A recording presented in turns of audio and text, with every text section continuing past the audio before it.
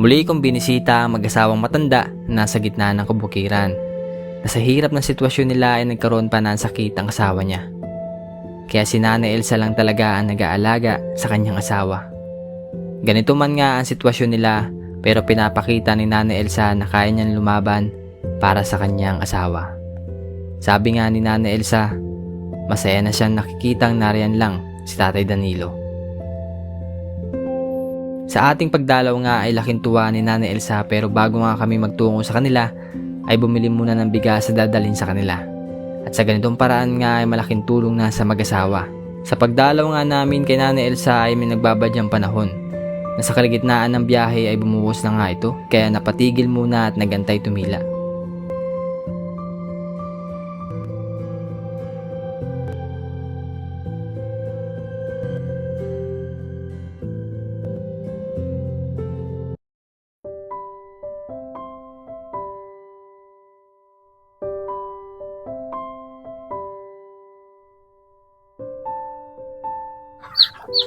May durian si nanay, mukhang katatapos lang ata kumain.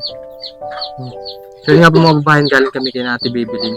After po nun ay dumiretso kami din para so, nagpatila na rin kami ng ulan, kaya medyo inabot na kami ng ganitong oras at halos 30 minutes kami naghintay doon. Tara.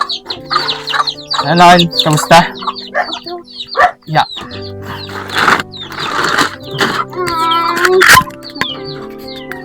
Gusto rin kayo doon? Okay lang, Nay. Saan galing nga ni durian mo?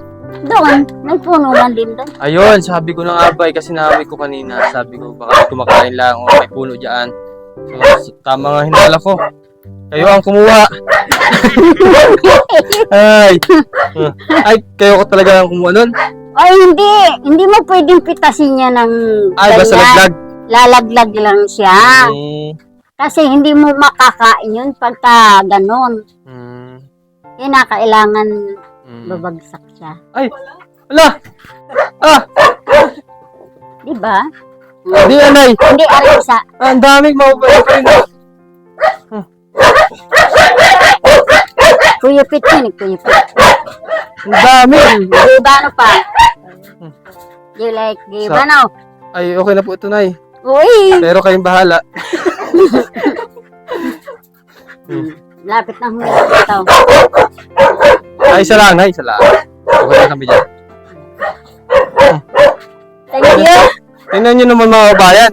Ay, hindi ko in-expect na mayroon pala kung nana dito eh. Akala ko lang ay talagang may kumakain lang kanina. So napag-usapan namin to na Ate Bibilin. So hindi niya na mayroon palang puno dito. Ay, lalagay ko lang po muna dito, Nanay. Oo. Nakakailan doon tayo sa isang araw, Nay? Hindi kanina lang ako kumain ha. Bawal ang lagi ako. O kasi parang ano yan na... Nakakataas daw na. No? So, hina-hina kasi ano yun, sugar ba? So, yun nga po mga kababayan. At muli natin nabisita si Nanay Elsa at halos sa 1 month na rin, Nanay. Oo. Na hindi kami nakapunta din eh. At yun nga, meron tayong dala na galing sa ating sponsor na si Ma'am Monica. Yan. So, kamusta Nanay? May bigas pa kay Nanay? Ayan o. Ha? Ayan o. Sige daw po. Madami pa? Kasi natanbalat, bakit madali? Ay, madami pa. Oo. Mm. Madami pa po mga bayan. Yan. Sakto. Yan. So, meron ulit ipandadagdag Nanay nang sa ganun ay hindi kayo maupusan ng supply. Kamusta na si tatay? Ayos naman. Ha? Tay, kamusta ho? Ha? Kamusta po? May nainom pang gamot?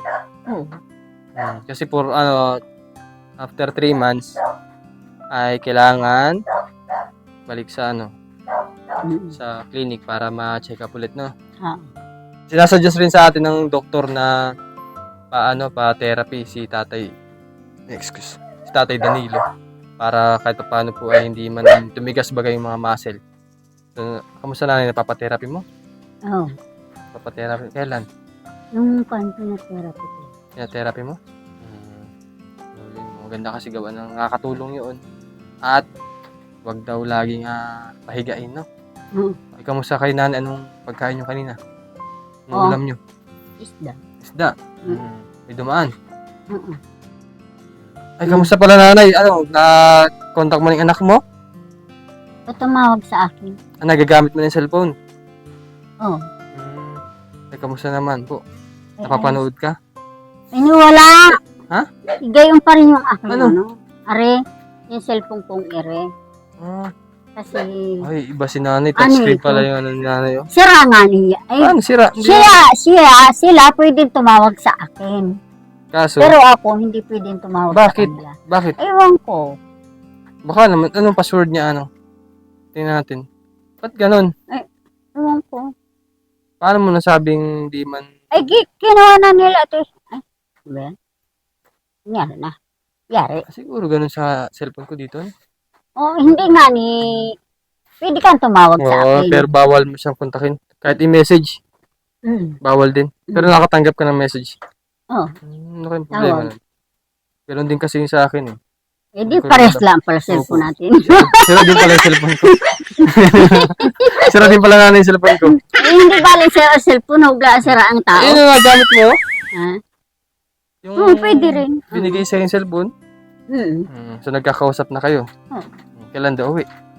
tagal pa. Kailan daw? Ewan ko kung kailan. Sa Pasko. Baka tatapusin lang niya yung kanyang ano. Trabaho doon. Mm. Tapos dito na mag-stay o ano. Ay, ewan ko sa kanya. Hindi mo pwede kami lagi magsama. Pero nanay, wala pang pamilya, no? Ilan taon na siya? Wala, 37 na. Hindi pa siya nag-aasawa? Mga 38. Bakit daw? Ay, sabi ko nga anak, ang mahirap ang walang anak. Oo, kasi gawa ng pag tumanda, ano, Oo, mahirap. kahit isa man lang. O di kaya kambal na. Pero gusto mo na rin magkaapo na eh. Oo naman. Makita ang lahi, ano? Makita ang lahi kahit mga bazot. Hindi ba tangkad naman si nanay? Oh. Ah, Tangkad. may mababa pa nga sa akin. Tanggap ko na aking mababa. Di ba? Ayun. Basta yung puso, malinis. Ayan. Kahit ka maliit, o malaki ka, kung hindi ka rin naman maano sa, ano, wala din. Wala din, no? Mm. Kamusta naman mga nagdaang araw nanay na nagkasakit ba kayo? Hindi naman. Dinaanan nga ako nung ano, yung sabi kaya, ano daw ako nagkakagayon para daw yata yung aking dugo ay mababa ang pula. Nahihilo ka. Ano, parang hindi umakyat yung sa ulo ko. Ano nangyari sa iyo? Nahirap. Na ano ako, parang mahihimatay ako. 2 beses na nangyari sa akin yun.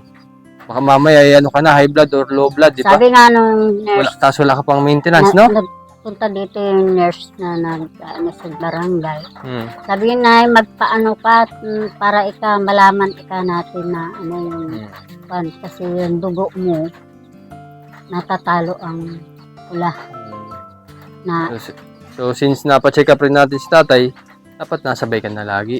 ngayon na po Ano? susunod na po Kasi nanay kasi gawa ng parang ano din, ayaw niya magpa-check up, sumabay sa check up ni tatay. Eh, parang siguro nahihiya si nanay. Sabi ko naman para malaman din, mabigyan din siya ng maintenance. Dahil nga po si tatay naman talagang si nanay lang nag-aalaga.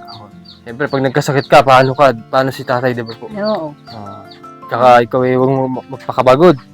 Kasi kung naramdaman niyo yun na nahihilo ka, Sabi nga sa akin mahirap po. nung nurse Inay, bawal po kayong matumba.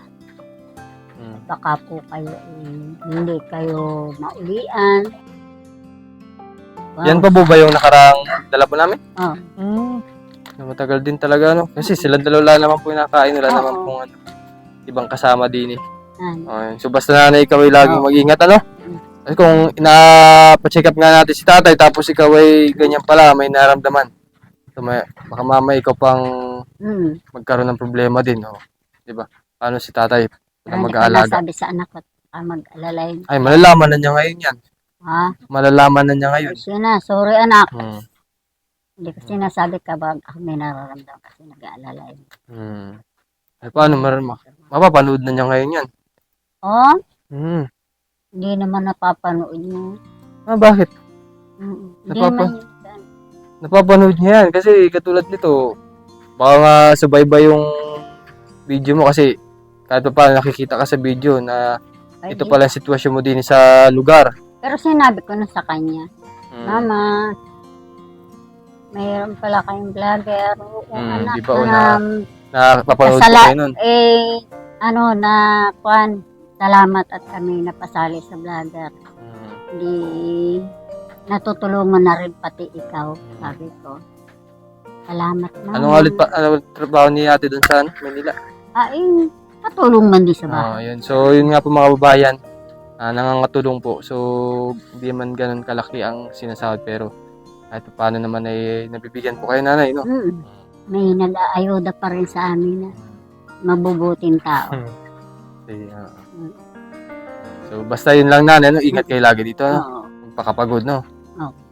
So, yun nga po mga kababayan, maraming salamat po muli sa ating sponsor na si Ma'am Monica na nagbigay po ng bigas para kay nanay Elsa at kay Tatay Danilo. So, muli po, kay Ma'am Betty, thank you very much din po sa ating mga sponsor. Thank you very much po. At, so, nanay, hindi na kami magtatagal din, ano?